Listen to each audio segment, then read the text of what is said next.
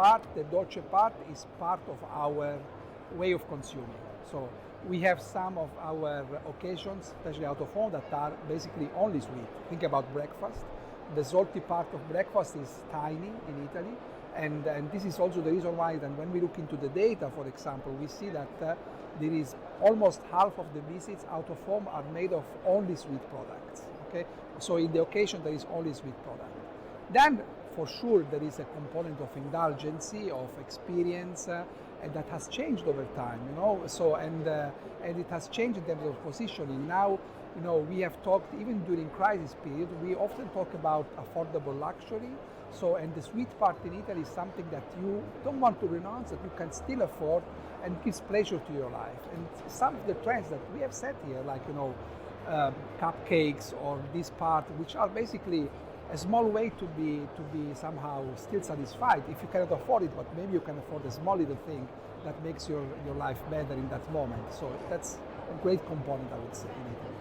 We are at the 45th edition of SIGEP, so 45 years of this very big show organized by Italian Exhibition Group in our Expo Center here in Rimini.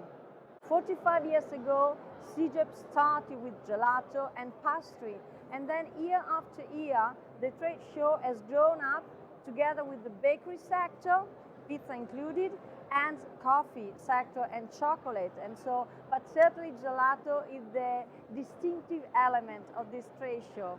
Gelato is growing everywhere, not only in Italy, but also in other key markets in Europe, in France, in Germany, in Spain, but also in overseas markets, because gelato, which is not ice cream, because we call it gelato and we do not translate the word like pizza, like pasta, like espresso. With gelato we mean a fresh product which is produced every day in the gelato shop. Most of the gelato shops or bakery shops, pastry shops also in France are run by families, so are owned by families and not big groups. It's a kind of yearly appointment for them to come and see and discover all the novelties for their profession. For example, I tasted plant-based gelato or vegan gelato. Can I tell you, the most appreciated flavors are always the traditional ones. For example, pistachio, the real pistachio from Bronte, for example, or other nuts or chocolate. So here in SIGEP, so there is tradition, but in an innovative way. The gelato is better performing than other categories because that's one of the occasions that you are not going to skip when you decide to have an experience out of home. So the market is quite good and it's well performing. Still, we have to say that it has been 2023 a very strange year from a meteorological point of view, because we have an extraordinarily hot summer and hot year in 2022.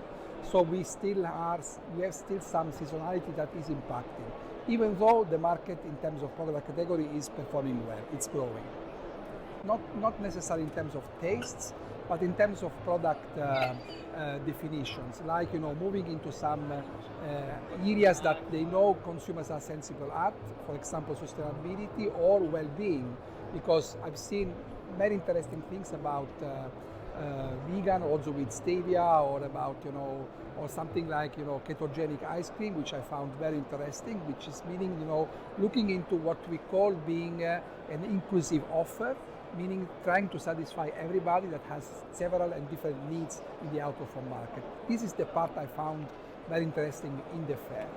There are some companies here that are trying to position the salty ice cream in different day parts, you know, trying to get out from the snacking part or from the just leisure part, but use the ice cream also for other occasions, like, you know, lunch or aperitivo or accompany meat foods. And I think this is a good chance to increase the volumes and to increase the experience of consumers in other occasions that are not the ones that are strictly related to the ice cream. Something I've seen interesting in the fair is, and we are monitoring as well, is the bubble tea, for example, which falls to us into a sweet way of drinking as well.